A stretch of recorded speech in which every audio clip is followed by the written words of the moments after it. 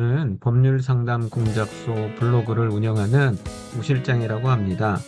오늘은 공동명의 부동산의 재산 분할 방법과 주의사항에 대해서 알려드리도록 하겠습니다.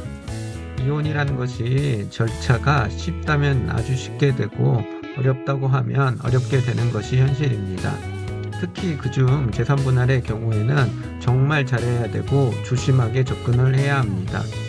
법원은 절대 본인들이 알아서 당사자들의 재산을 나눠주지 않고 반드시 당사자들이 청구를 해야 하고 당사자들이 상대방의 모든 재산을 다 찾아서 정리를 한 후 주장을 해야지만 법원이 판단을 하게 됩니다. 그래서 당사자들이 시작하기 전부터 이런 저런 부분에 대해서 확실히 알고 들어가는 것이 좋고 소송할 때도 그런 부분을 염두에 두고 해야 합니다.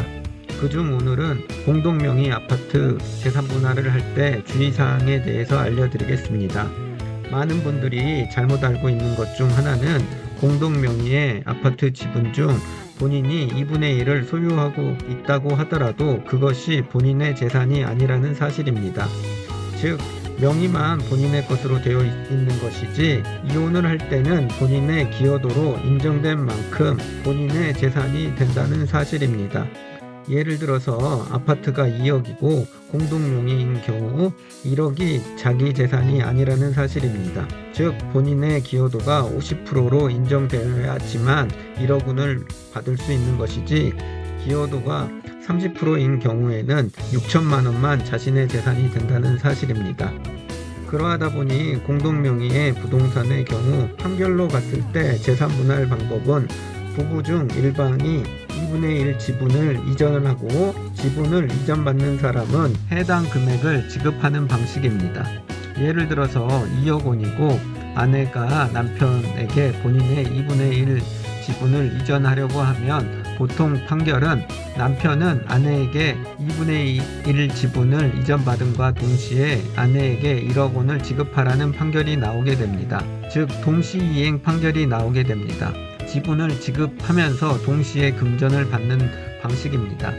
상대방 배우자가 충분한 금전을 지급할 수 있다고 하면 동시이행 판결을 받더라도 아무런 문제가 없습니다. 하지만 문제는 상대방 배우자가 해당 금전을 지급하지 못하는 경우에는 지분을 넘길 수도 없고 돈을 당장 받을 수도 없습니다. 즉 동시이행에서는 돈을 지급하려고 하는 자가 해당 금액을 지급할 돈이 없는 경우에는 당장 돈을 받을 수도 없고 소유권도 상대방에게 넘길 수가 없다는 사실입니다. 왜냐하면 동시이행 판결이기 때문에 그렇습니다. 이런 경우에는 상대방이 일정 기간 동안 돈을 지급하지 않으면 상대방 배우자를 상대로 소유권 이전 등기 소송을 한 후 판결을 받아야 됩니다. 판결을 받은 후 집행문을 발급받아 본인의 지분을 이전한 후 그리고 해당 부동산을 바로 경매를 한 후 그 경매가 진행이 된 이후에 금전을 받을 수가 있습니다. 그러하다 보니 상대방이 자발적으로 금전을 지급하지 못하면 돈을 받아야 하는 사람은 민사소송의 절차를 진행한 후 경매까지 해서야 받을 수가 있습니다. 이렇게 진행을 하면 이혼을 한 후 최소 1년 이상의 기간이 소요가 됩니다. 그러하기 때문에 공동명의의 아파트를 가지고 있고 상대방이 해당 금액을 지급하지 못하는 상황이면 이혼소송에서 판결로 가지 말아야 합니다. 대신 이혼소송 중에 조정기일을 지정해 달라고 요청해야 합니다. 그래서 조정기일에 언제까지 처분을 한 후 계약금과 잔금을 받을 때 서로 재산 분할을 나누는 방식으로 합의를 하는 것이 가장 현실적인 방법입니다. 그렇지 않으면 앞에서도 언급했듯이 별도의 소송을 해야 되고 시간이 한참 지난 뒤에야 돈을 받을 수 있습니다. 종합해보면 공동명의의 부동산의 경우에는 원칙적으로는 명의 이전함과 동시에 금전을 지급하라는 동시이행의 판결이 나오게 됩니다. 동시이행의 경우에는 특히 금전을 지급해야 하는 자가 지급하지 않으면 한도 끝도 없이 기다리거나 또는 상대방을 상대로 민사소송을 한 후 경매 신청을 들어가야지만 받을 수 있습니다. 그러하기 때문에 공동명의의 부동산을 가지고 있는 경우에는 이런 사실을 알고 이혼 소송을 하는 것이 가장 좋다는 점 꼭 참고하시길 바랍니다.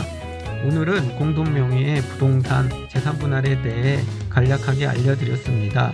보다 자세한 것은 법률상담공작소 블로그를 확인하시거나 저에게 연락을 주시면 보다 더 자세하게 상담해 드리도록 하겠습니다. 오늘도 저의 영상을 시청해 주셔서 고맙습니다. 감사합니다.